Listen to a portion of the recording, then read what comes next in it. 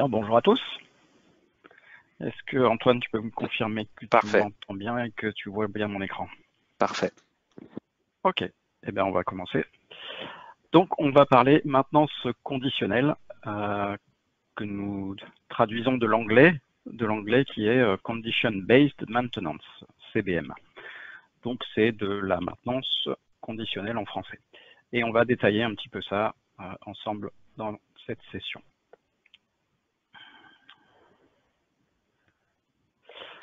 Alors, pour pouvoir faire de la maintenance conditionnelle, on va utiliser le variateur comme un catalyseur d'information, puisqu'en fait le variateur a un certain nombre de mesures déjà à sa disposition à l'intérieur du variateur dans le cadre d'un fonctionnement normal, comme il a toujours fait jusqu'à maintenant, sans avoir ces nouvelles fonctionnalités. On a toujours eu à notre disposition des grandeurs mesurées, qui sont des grandeurs live. On a le courant, par exemple, qui est envoyé au moteur, la tension du moteur, la température et d'autres. Et on a également des valeurs calculées de puissance, de couple, de vitesse, et puis des signaux de contrôle, des références vitesse, des références courant, etc. Jusqu'à maintenant, on utilisait ça, ces grandeurs-là, pour faire de la recherche de défauts et de la protection de systèmes, donc en l'occurrence du moteur ou bien du variateur lui-même, en cas de défaillance ou de surintensité, par exemple, on va couper le fonctionnement immédiatement.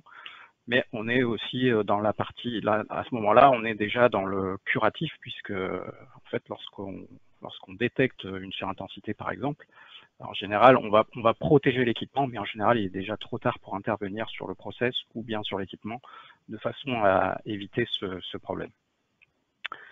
Donc, avec cette nouvelle fonctionnalité, donc CBM, hein, c'est un nouvel algorithme qui a été intégré dans les variateurs d'Enphos récemment. On va avoir à notre disposition un certain nombre de grandeurs calculées supplémentaires. Donc, par exemple, le niveau de vibration d'une machine, par exemple, le niveau de charge d'une machine. Donc ça, c'est quelque chose qui était déjà à disposition. Le niveau de charge de fonctionnement du moteur, c'est une valeur de couple, enfin un pourcentage qui représente une charge par rapport à une charge nominale d'un moteur, par exemple. Et puis autour de ça, on va faire des statistiques. On va enregistrer des valeurs minimes, des valeurs maxi, des moyennes, des déviations, etc. Et tout cet algorithme-là va mettre un certain nombre d'informations à notre disposition dans le but de prévenir le plus tôt possible d'un écart par rapport à une référence, un point T0 qu'on aura fait au moment de la mise en service et qui va venir nous prévenir d'une dérive du système et que potentiellement il y aurait peut-être une intervention à prévoir sur le process dans le but de soit de l'améliorer, soit d'optimiser le temps de fonctionnement de la machine. Donc optimiser à la fois le programme de maintenance et le temps de disponibilité machine. Donc on se trouve en ce moment, alors je vais, ajouter mon pointeur. Donc au niveau des évolutions des types de maintenance, on était jusqu'à maintenant plutôt dans la maintenance corrective avec la gestion des défauts typiques qu'on connaît depuis très longtemps sur des variateurs. On a évolué aussi vers un peu de maintenance préventive dans le sens où il y a toute une offre Drive Pro qui est apparue récemment également chez Danfoss de façon à planifier votre maintenance préventive en termes de remplacement de ventilateur par exemple ou de changement de condensateur. On va faire un petit audit de parc, vérifier comment est installé votre variateur et vous faire une préconisation sur le type de maintenance préventive qu'il faut prévoir, à savoir si c'est une maintenance préventive standard, légère, sévère, etc. Tout ça en fonction des conditions environnementales et du retour d'expérience et du savoir-faire d'Enphos sur ces problématiques. L'évolution future, là où on est aujourd'hui, c'est la maintenance sous condition. Donc on est toujours dans la maintenance préventive, mais qu'on va déclencher sous condition d'apparition d'événements qu'on va détailler par la suite. Et puis dans le futur, on aura effectivement on peut imaginer que sur des gammes de produits futurs, on aura une maintenance prédictive, c'est-à-dire que là, tous les composants à l'intérieur de l'équipement seront éventuellement communicants et pourront recalculer automatiquement leur durée de vie par rapport à leur durée de vie initiale, calculée en tout cas, et puis pouvoir vous prévenir si là également le composant en question se rend compte que les conditions environnementales ou les conditions de fonctionnement font que la durée de vie initiale ne sera pas atteinte et que peut-être il faudra prévoir un remplacement de certains composants plus rapidement que ce n'était prévu au départ.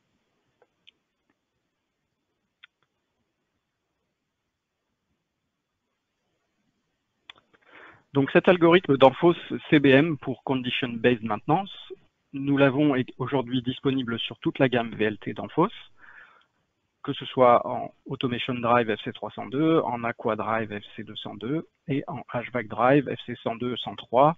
Alors j'ai marqué Coming Soon entre parenthèses, mais c'est bon, c'est déjà intégré dans les logiciels qui sortent aujourd'hui. En gamme Vacon, on a également une partie de ces fonctionnalités qui sont disponibles dans la gamme Vacon 100 et dans la gamme NXP, on a uniquement la partie surveillance moteur. Donc vous allez voir après, je vais vous détailler les différentes fonctionnalités intégrées. C'est une option logicielle qui est vendue sous forme de licence à préciser au moment de la commande. Donc je vous ai mis par exemple 2 codes de produits, des codes longs pour ceux qui connaissent, d'un variateur FC202 30 kW. Vous avez ici dans le code le SXX correspondant à la version standard du logiciel, telle que vous la connaissez aujourd'hui. Et en dessous, la version LX1X qui correspond à la licence du CBM. Donc c'est une licence software qui est gravée, on va dire, d'usine au moment où le variateur quitte l'usine. Et puis sur la gamme Vacon, on a la possibilité de rajouter le code plus LCBM sur le code générique du produit.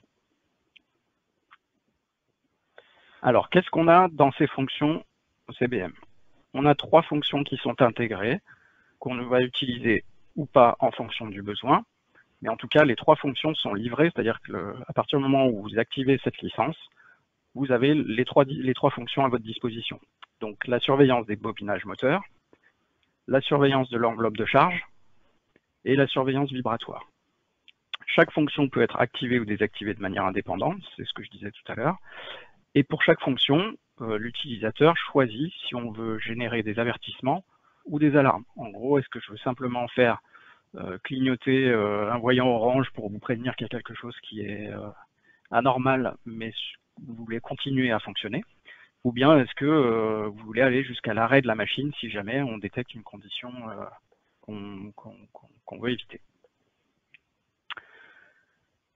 Alors, la supervision du bobinage moteur. Donc là, c'est sans capteur additionnel, puisqu'en fait, les mesures d'intensité, c'est basé sur les mesures d'intensité qui sont déjà intégrées dans le variateur.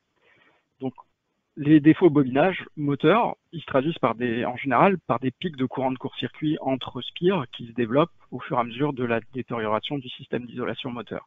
C'est-à-dire qu'un défaut moteur, en général, a des prémices et n'apparaît pas comme ça en tout ou rien du jour au lendemain.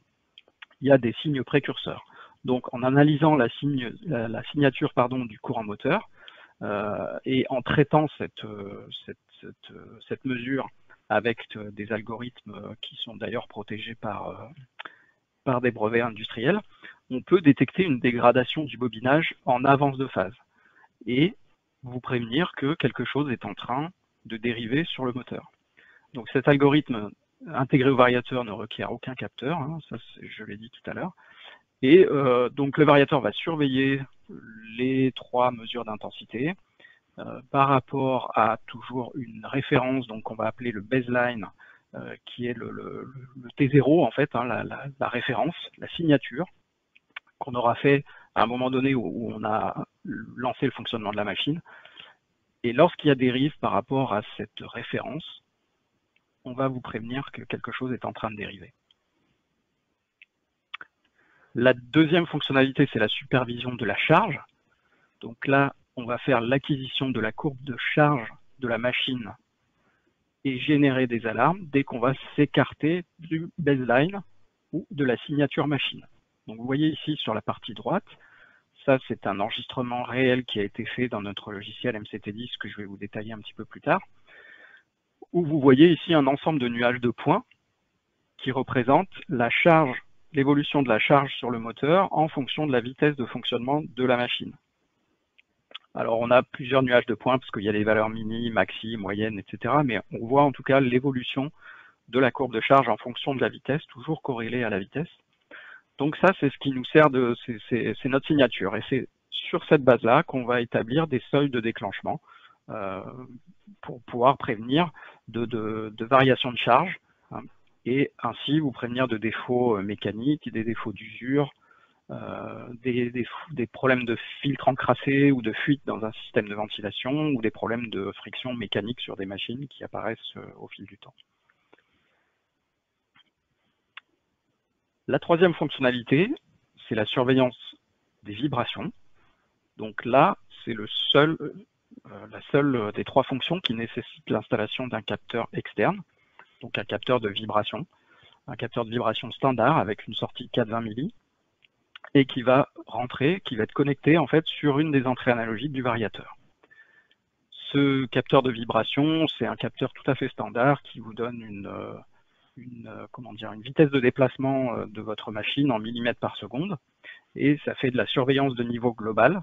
On ne fait pas d'analyse spectrale pour détecter des problématiques très poussées sur des paliers ou des choses comme ça, mais en tout cas, on est capable avec un système très simple et relativement basique et assez économique également, de détecter des balourds, des problèmes de desserrage, de fixation par rapport à des châssis ou des fixations moteurs sur un châssis, des défauts d'alignement, des résonances mécaniques, etc. Le variateur surveille le niveau vibratoire en corrélation avec la vitesse du moteur. C'est là tout l'intérêt, puisque effectivement, un capteur de vibration comme celui que vous voyez à droite, vous pouvez l'installer sur un châssis, sur un bâti de machine, et puis régler un seuil de déclenchement qui va vous ouvrir un contact une fois que le bâti aura atteint un certain niveau vibratoire pour répondre aux normes en vigueur sur les machines tournantes. La problématique de ça, c'est que bon, c'est une protection parce que effectivement, ça va couper si jamais on va trop en vibration sur la machine. Mais par contre, c'est pas corrélé par rapport à la vitesse de fonctionnement. Donc, si on veut détecter toujours des écarts par rapport à une référence, donc par rapport à notre baseline ou par rapport à notre signature de fonctionnement de la machine, eh ben, on n'est pas capable de le faire. Donc, le fait de connecter ça sur le variateur, on va lier cette information de mesure vibration à la vitesse de fonctionnement du moteur.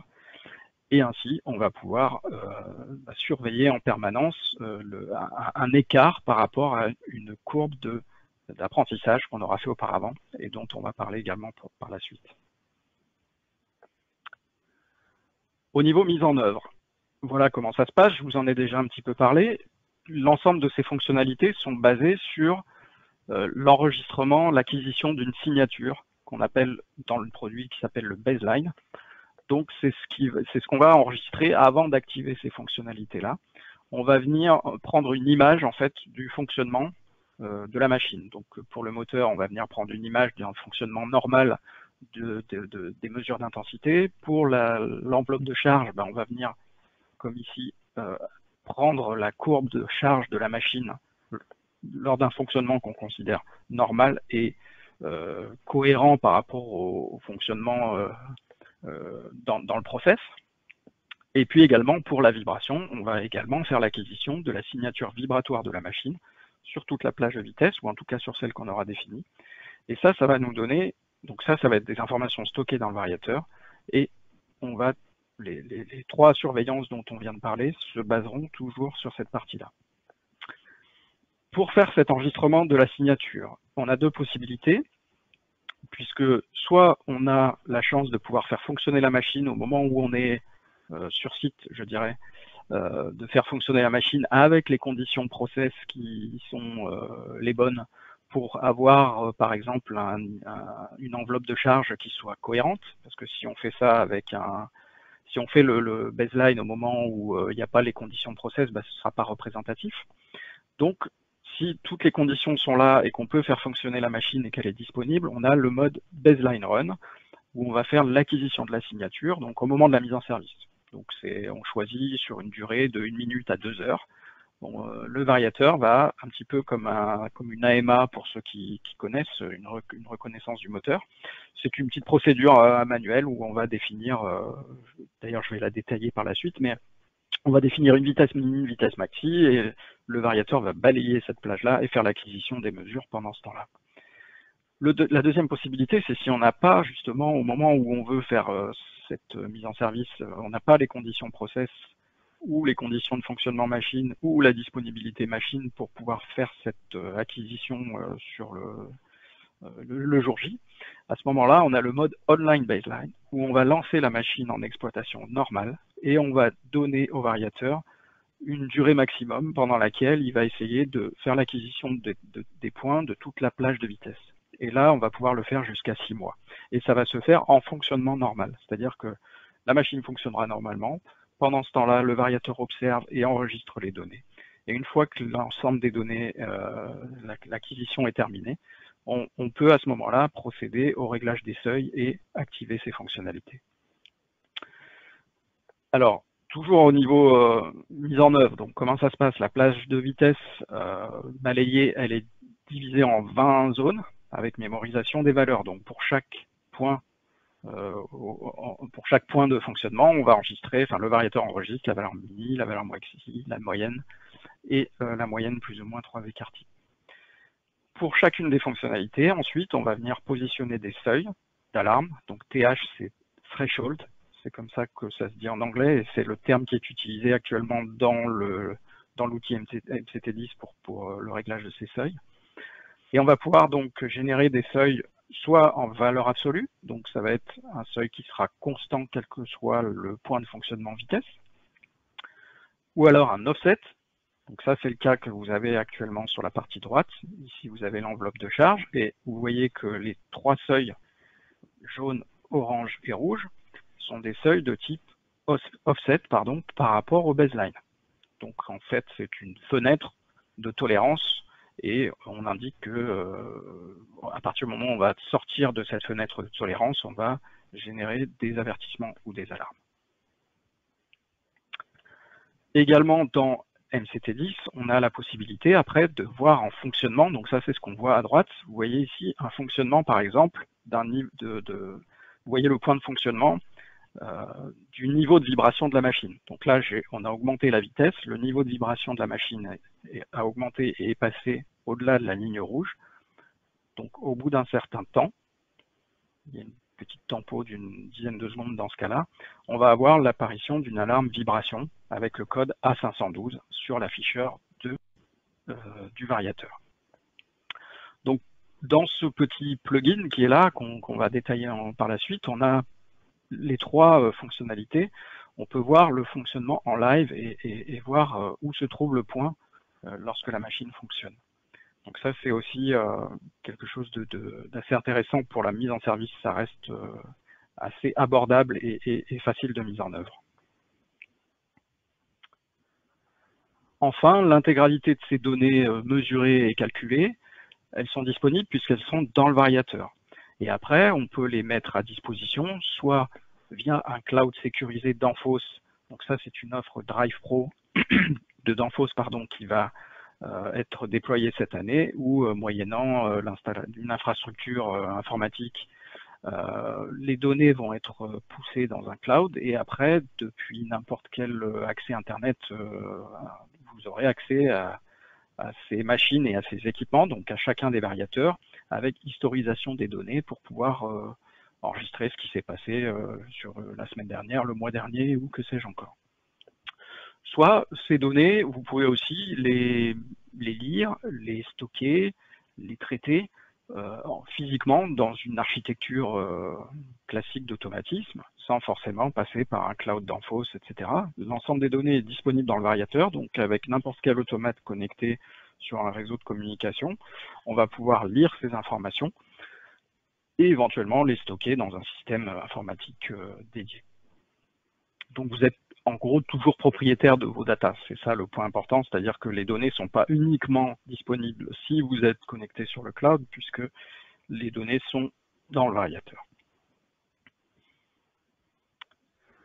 J'en ai terminé pour cette première partie qui concerne donc la présentation globale des fonctionnalités CDM. On va démarrer une deuxième partie de la présentation, où là c'est plus orienté sur la mise en œuvre et la programmation en fait de ces fonctionnalités. Alors, j'ai quelques copies d'écran ici qui sont ce que vous voyez apparaître en fait dans MCT10. Alors MCT10, pour ceux qui ne connaissent pas, c'est Motion Control Tool, c'est l'outil logiciel d'Anphos qui sert à paramétrer et à configurer des variateurs. Lorsqu'on est connecté directement sur le variateur, soit en USB, soit en Modbus RTU RS485, soit en Ethernet ou autre protocole. Mais en fait, c'est l'outil logiciel donc, qui nous sert à configurer et sauvegarder des paramétrages de variateurs pour pouvoir les réinjecter plus tard dans d'autres variateurs. Donc lorsqu'on est connecté sur un variateur, ici par exemple, dans notre cas c'est un FC202 sur lequel on a l'option CBM qui a été activée, on va avoir l'apparition de nouveaux menus, les menus 45, 46 et 47, qui sont les menus liés aux fonctionnalités CBM.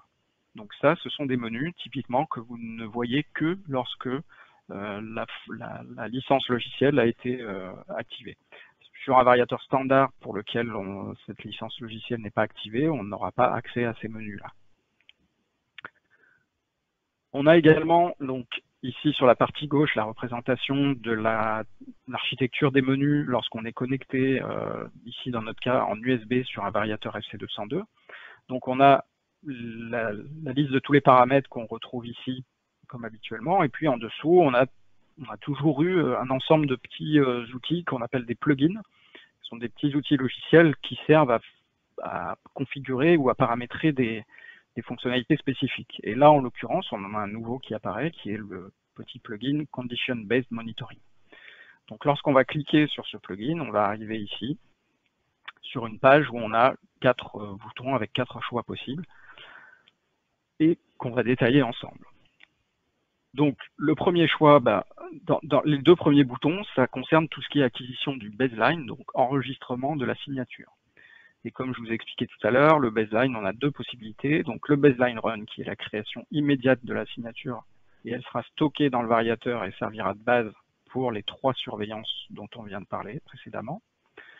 Ou bien le online baseline, qui est la création de la signature au fur et à mesure du fonctionnement de la machine. On va nous détailler le cas de la création immédiate de la signature, donc du baseline run, que je vais vous montrer si ça veut bien défiler. Voilà. Donc lorsqu'on a cliqué sur le bouton baseline run, on arrive ici sur un les pages du plugin vont défiler pour vous aider à configurer l'ensemble. Donc on va vous demander déjà sur quelle plage de fonctionnement vous souhaitez faire l'acquisition de cette signature. Donc là, en l'occurrence, on a fait une acquisition entre 100 tours par minute et 1500 tours par minute moteur de cette machine-là. C'est vous qui choisissez. On peut très bien la faire sur une plage qui correspond plus au fonctionnement de votre machine, ou bien sur une plage plus large. Je dirais que ça, c'est le process et la machine qui va le décider. Donc une fois qu'on a rentré ces valeurs mini et maxi, on va cliquer ici sur Next. Et on va vous représenter sous forme graphique cette plage de vitesse découpée en 20 zones.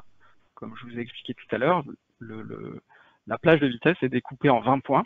Et ensuite, chacun de ces points est représenté ici de manière graphique.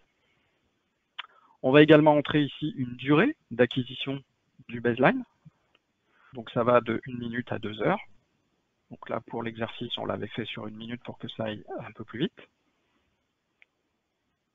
Si on clique sur Next, ici, on va nous demander, pour la partie vibration, quelle est l'entrée analogique sur laquelle je vais avoir connecté mon capteur de vibration. Donc là, en l'occurrence, on est sur l'entrée analogique 54. Donc ça, pour ceux qui connaissent, nos variateurs sont équipés en standard de 2 entrées analogiques, l'entrée 53 et l'entrée 54. Ici, on a choisi de câbler le capteur sur l'entrée 54 et le capteur vous donne une information de type vitesse de déplacement, donc en millimètres par seconde. Les échelles mini et maxi de votre capteur, donc là on était sur un capteur de 0 à 25 mm/seconde, et je clique sur Next pour continuer. Et là, on vous demande d'appuyer sur le bouton End On sur le Local Control Panel, donc ça c'est la pocket du variateur, il y a un bouton qui s'appelle End On. Vous appuyez dessus et ça va lancer l'acquisition de la signature machine, donc du baseline.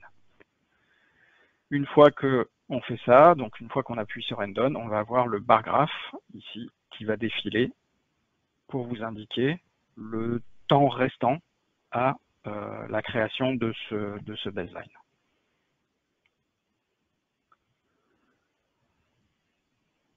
On est arrivé ici à la fin, donc 100%.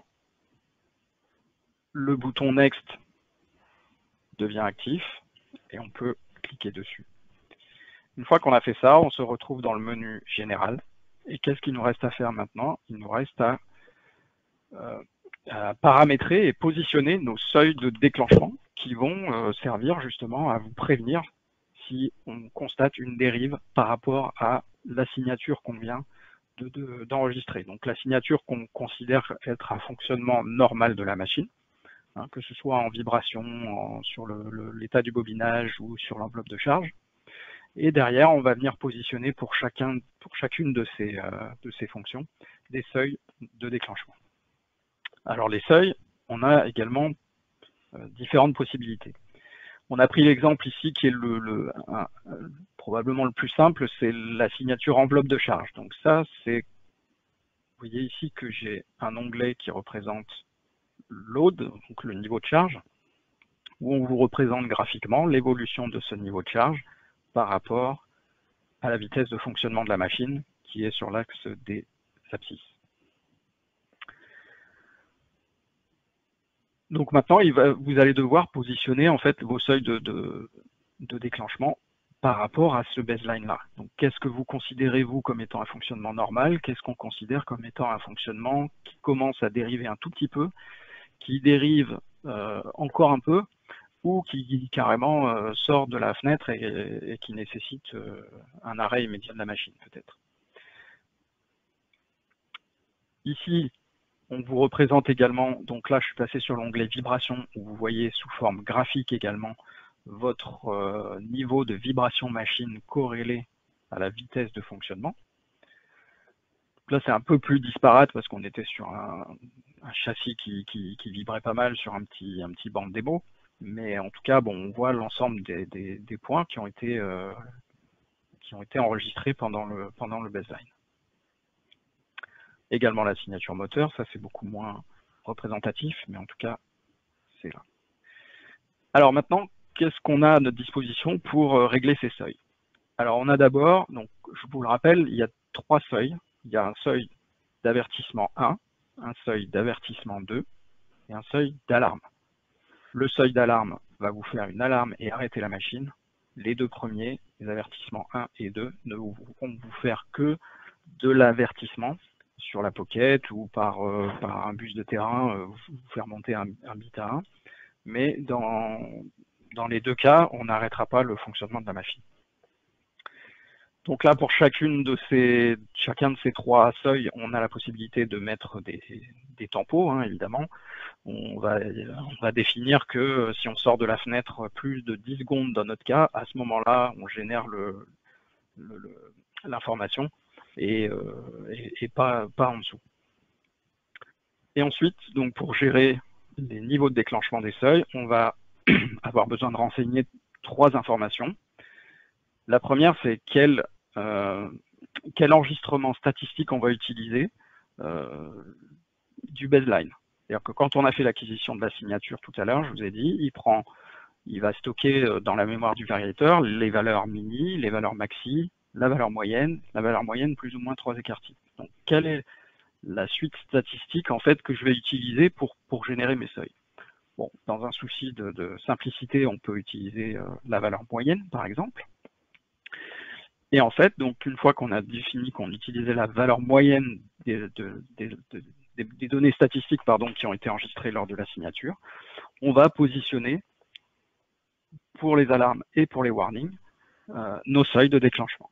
Alors ici, par exemple, pour l'alarme, on souhaite que l'alarme, c'est le niveau ultime où on souhaite couper le fonctionnement de la machine si jamais on atteint ce niveau-là.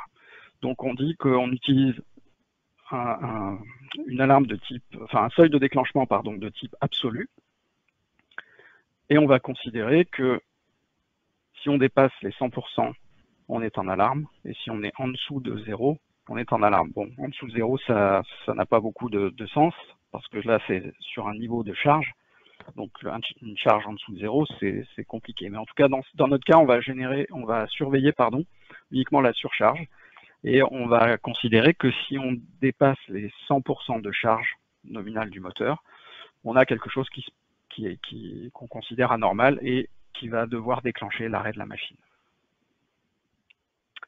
Ensuite, le réglage des seuils d'avertissement, où là, c'est également des valeurs absolues dans notre cas. Et ici, on choisit les valeurs hautes et basses de nos avertissements. Bon, ça c'est juste pour vous montrer graphiquement où est-ce que ça se configure. Et après, on a un exemple de paramétrage de seuil pour une surveillance de niveau de charge. Donc, on va utiliser la série statistique valeur moyenne. On va mettre des seuils de type offset par rapport à la statistique de la signature choisie. Donc, la signature choisie, c'est la valeur moyenne.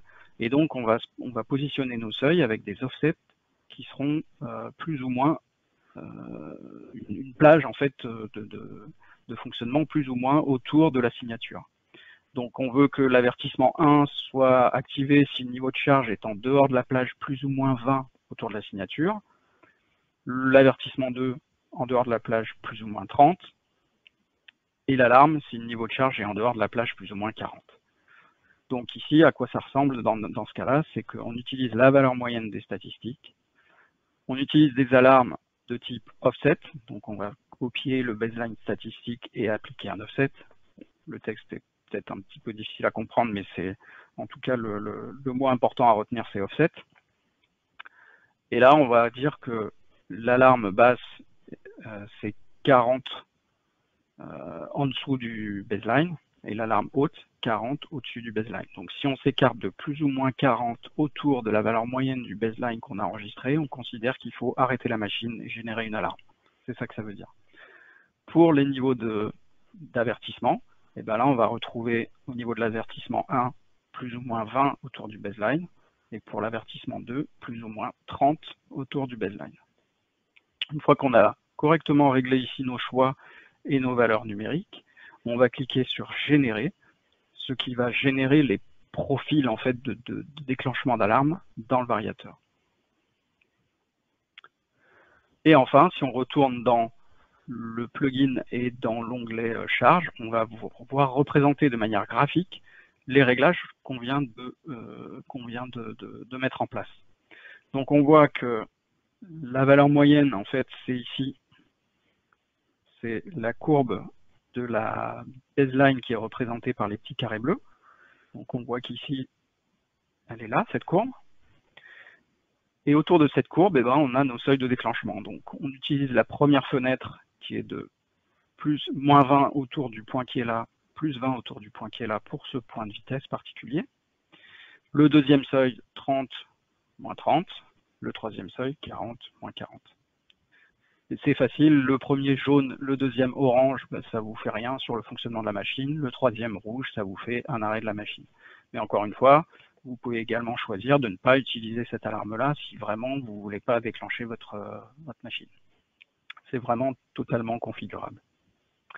Avec ici nos 3 tempos, donc il faut que si jamais notre niveau de charge sort de cette plage plus ou moins 20 pendant plus de 10 secondes, on va avoir l'apparition du premier avertissement.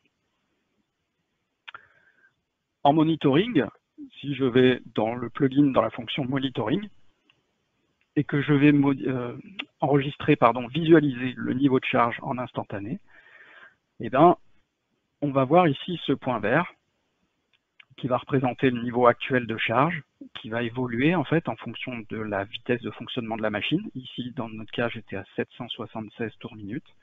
On avait un niveau de charge qui correspondait à 73,9%. Et ainsi, on va pouvoir voir où on se situe par rapport au seuil qu'on vient de régler et vérifier qu'on est toujours à l'intérieur, ou voir qu'on dépasse malheureusement.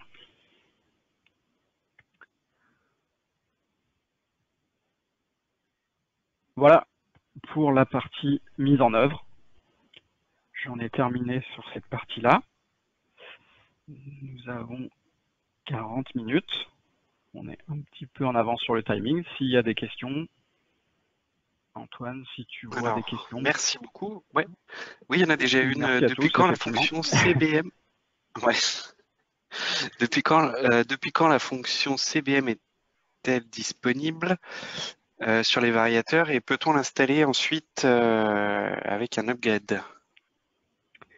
Alors, le CBM alors, en fonction des gammes de produits, ça fait grosso modo 6 mois que ces fonctionnalités-là sont disponibles pour les premières versions qui ont été implémentées sur le FC 302 et 202, et le 102, 103 sont venus un petit peu après. Mais c'est quelque chose d'assez récent, ça fait quelques mois. Pour l'activation de la licence logicielle, pour l'instant, ça n'est possible que depuis l'usine à la commande du variateur. Il est prévu qu'on ait la possibilité de générer une clé de licence après coup sur un variateur qui serait déjà installé sur un site quelconque, avec si vous nous donnez en fait son numéro de série, on pourra générer une clé de licence. C'est un code qu'on vous donnera pour le rentrer dans la pocket dans un paramètre quelconque. Et ce code en fait va venir déverrouiller les fonctionnalités CBM. Donc ça c'est prévu, normalement c'était prévu pour l'été. Je ne sais pas si ce sera maintenu vu la situation parce que tout prend un petit peu de retard, mais en tout cas c'est prévu pour le futur, mais pour l'instant non, ça n'est pas encore possible.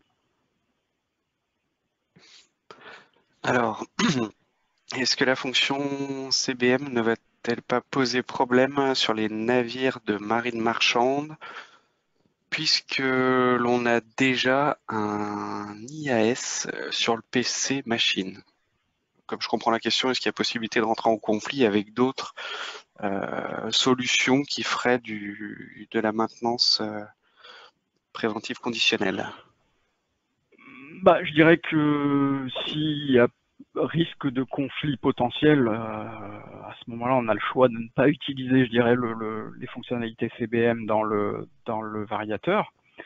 Euh, Maintenant, je sais pas particulièrement ce que fait ce système IAS dans le cadre de la marine marchande et ce que ça surveille, donc je ne saurais pas trop comparer. Mais en tout cas, il n'empêche que les fonctionnalités peuvent être activées dans le variateur sans générer d'alarme, par exemple, pour ne pas arrêter le fonctionnement. Et puis que ces niveaux soient surveillés en fait par le système de supervision, quoi, et préviennent l'utilisateur si jamais on a une dérive. Donc je ne sais pas si j'ai bien répondu à la question. En tout cas, sinon vous pouvez peut-être prendre la parole pour qu'on puisse débattre si vous estimez que la réponse n'est pas très claire. C'est bon, merci. L'analyse de la vitesse et de la charge, est-ce qu'on peut dire que c'est la caractéristique de couple? Oui, c'est ça, c'est l'image du couple sur l'arbre moteur en fait. Le variateur, en termes de niveau de charge, c'est l'information de couple disponible sur l'arbre moteur qui est utilisé par le variateur. Donc sur la base du courant et de la décomposition vectorielle qui est faite par l'algorithme de pilotage moteur.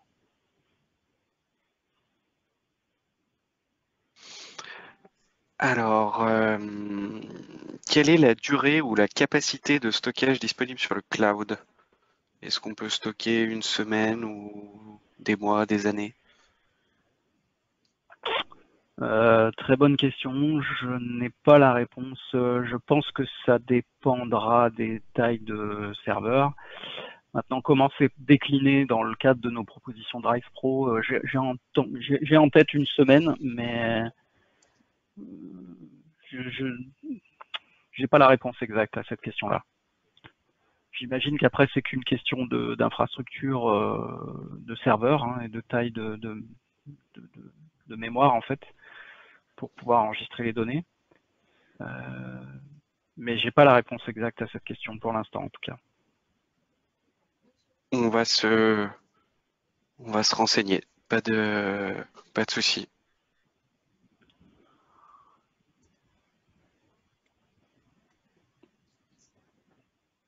D'autres questions, n'hésitez pas, hein, si vous voulez les poser à l'oral également, on est, on est un nombre, disons, encore raisonnable qui peut permettre ce type de... Si vous voulez, je vais autoriser l'ouverture de vos micros. Vous avez juste à cliquer dessus pour prendre la parole. N'hésitez pas.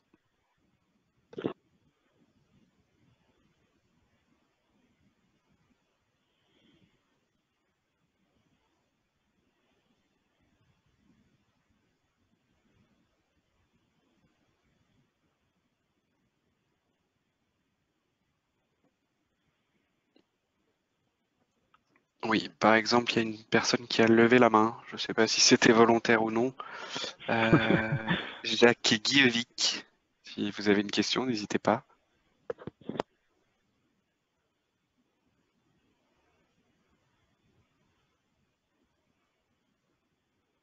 Alors, il y en a une qui arrive à l'écrit.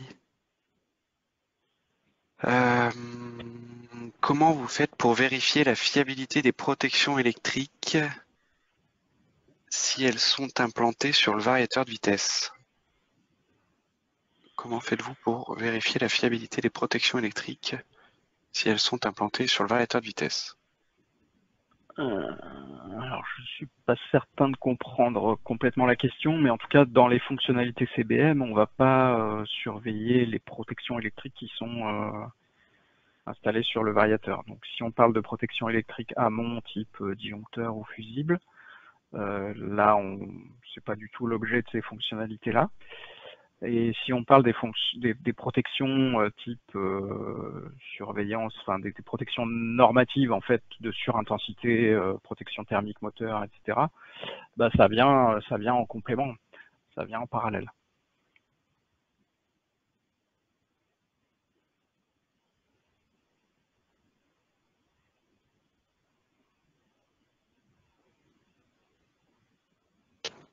D'autres questions?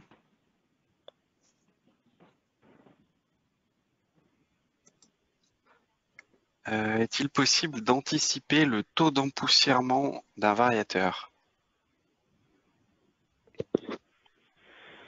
Euh, pas avec les fonctionnalités CBM en tout cas. Donc l'anticiper, c'est un contrôle visuel, on va dire, physique, mais en tout cas pour l'instant, ou une surveillance de la température éventuellement de fonctionnement du variateur, mais la température du variateur est aussi variable en fonction de la température ambiante, donc de la saisonnalité et du niveau de charge également. Donc c'est pas forcément quelque chose qui est facile à déterminer. Donc en tout cas par le CBM, non, c'est pas prévu comme ça dans ces fonctionnalités-là. Pour pouvoir faire ça aujourd'hui, la solution la plus simple et la plus fiable, ça reste le contrôle visuel dans le cadre des maintenances préventives, en fait, justement. Merci. Alors, quelle est la limite, quelle est la limite de vos variateurs de vitesse au niveau puissance? Ouf. Alors, Virtuellement, je dirais qu'il n'y en a pas. Parce que, bon, je crois que le variateur le plus gros de manière unitaire, on doit aller jusqu'à 1,2 MW. Sachant qu'après, on a des possibilités de mise en parallèle de modules de puissance entre eux. Donc au total, on doit pouvoir sortir jusqu'à 4 mégawatts sur des niveaux de tension 690 volts. Donc je dirais que virtuellement, on n'est pas limité par la puissance en tout cas.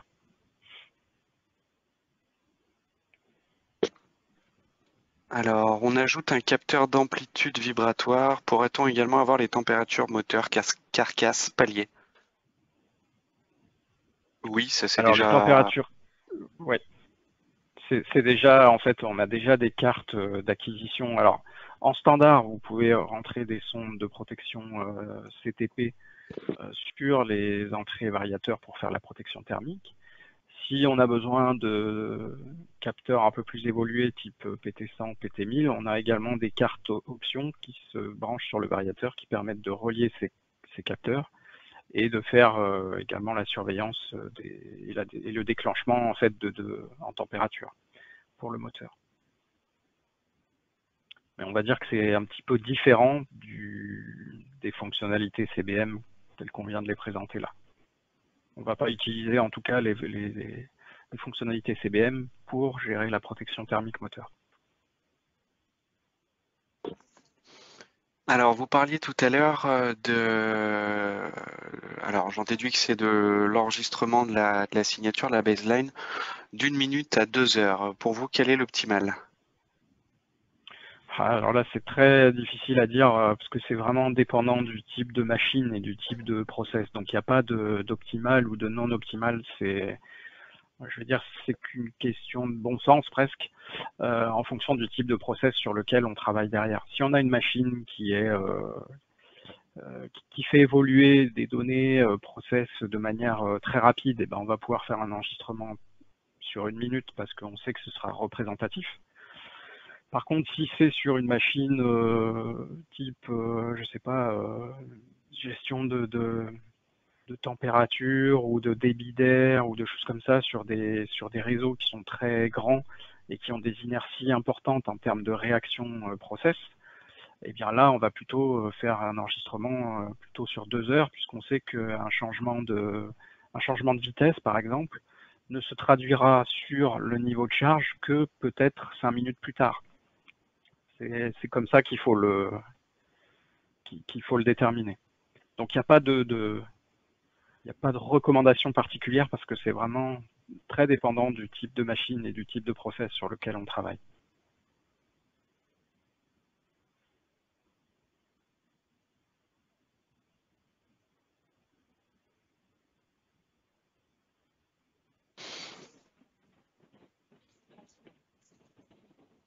Alors, oula, plusieurs questions sont arrivées d'un coup. La température des paliers peuvent traduire un problème de graissage. Une température de carcasse peut traduire un problème de refroidissement. Est-ce que ce sont des valeurs conditionnelles? Les valeurs conditionnelles, c'est des valeurs qui déclenchent en fait des actions de maintenance ou de surveillance, enfin une intervention, on va dire, sur la base de la condition, donc d'une donnée enregistrée. Donc si on parle par exemple des paliers moteurs, effectivement, si ces paliers se mettent à chauffer ou en tout cas à dériver par rapport à une courbe de température qu'on avait déterminée normale, oui, on peut parler de maintenance conditionnelle dans ce cas-là.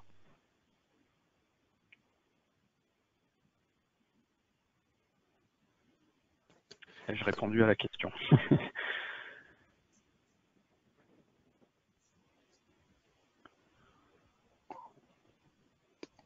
Bon, j'ai pas de retour là-dessus. Et sur une... Oui, on est d'accord. Ok, très bien. Ok, Merci. parfait. Sur une install frigo, on pourrait envisager du coup de faire l'acquisition sur 6 mois. Je suppose que c'est pour avoir deux saisons, en gros, une saison chaude, une saison plus froide. Alors Si sur je une fais- install frigo, c'est un petit peu, tout dépend ce qu'on veut surveiller parce que sur une install frigo, à mon sens, la surveillance de niveau de charge est relativement difficile à faire dans le sens où, en fonction effectivement de la saisonnalité et des conditions de fonctionnement process, le niveau de charge sur le compresseur en question, puisque si on parle d'un compresseur, sera pas du tout le même. Donc là, c'est pas forcément évident de mettre ça en place sur une application de type compresseur. Au niveau vibration et surveillance bobinage, oui. Au niveau enveloppe de charge, ça me semble plus délicat. Il faut réserver ça à des systèmes qui ont un niveau de charge qui soit répétable dans le temps. Donc tout ce qui va être ventilation centrifuge, pompe centrifuge également sur des réseaux fermés, enfin quelque chose qui ait un niveau de charge qui soit, on va dire, toujours le même, quel que soit qui soit répétable en tout cas dans le temps. Alors qu'effectivement sur un compresseur, le niveau de charge est très très variable en fonction des conditions de process derrière, donc ça me semble un petit peu délicat. Maintenant, si on est sur une application particulière où le niveau de charge n'évolue pas forcément tant que ça, et en tout cas où on peut intégrer la saisonnalité en faisant une acquisition de la signature sur 6 mois, pourquoi pas?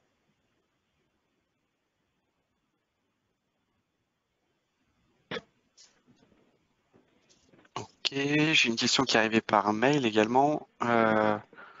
Dans le cas d'un ventilateur, comment différencier l'élévation du courant lors de l'encrassement des manches de filtre, par exemple? Et bien là, ça va être justement la surveillance du niveau de charge, puisqu'on va faire l'acquisition, l'idéal étant de faire l'acquisition de la signature de charge lorsque les filtres à manche sont propres. Donc on va considérer que là, on a une enveloppe de charge je dirais de référence dans un cas de fonctionnement sain. Et à partir du moment où il va y avoir un encrassement des filtres, ça va se traduire derrière par une augmentation du niveau de charge sur le variateur, enfin vu par le variateur. Et donc, si on s'écarte des seuils de réglage qu'on aura préalablement ajustés, pardon, eh ben on pourra informer suffisamment tôt enfin en tout cas informer en temps réel d'une dérive et donc d'un potentiel encrassement des filtres. Puisque l'augmentation du courant se traduira, en fait, le courant et la charge sont quasiment confondus. Pour le variateur, c'est pratiquement la même chose. Donc il le verra. C'est justement tout l'intérêt de cette fonction surveillance d'enveloppe de charge.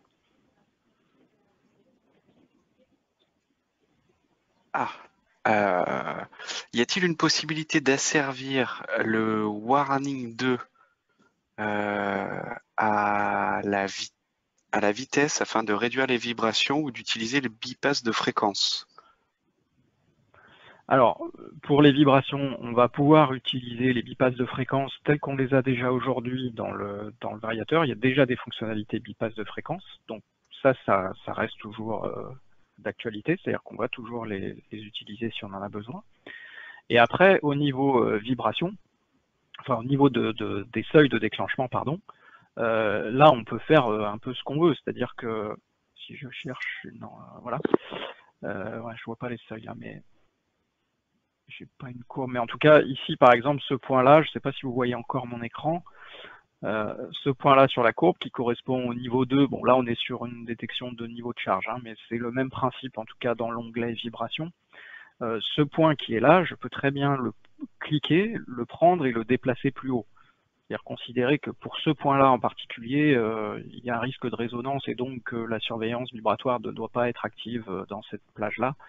Et donc à ce moment-là, mettre le seuil de manière, enfin augmenter de manière très importante le seuil. Donc ça reste modifiable après l'acquisition de la signature, bien entendu.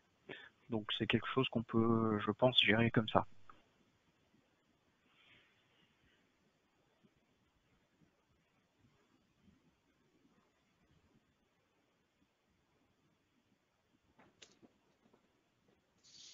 Merci Fabien. Eh bien, écoutez, il est 15 heures, timing excellent, Fabien, merci, bravo.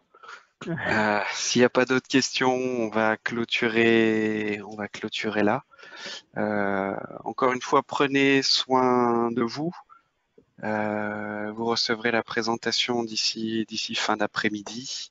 Si vous avez des questions, n'hésitez surtout pas à revenir vers nous, on sera un plaisir d'y répondre. D'ici là, on pose la question quand même pour les serveurs cloud. Oui. Ouais. Si tu veux ajouter autre chose,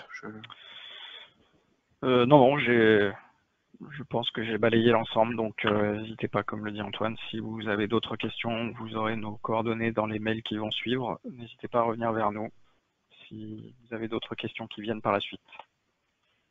Ou des projets même potentiels. Oui, pour les projets, il ne faut surtout pas hésiter.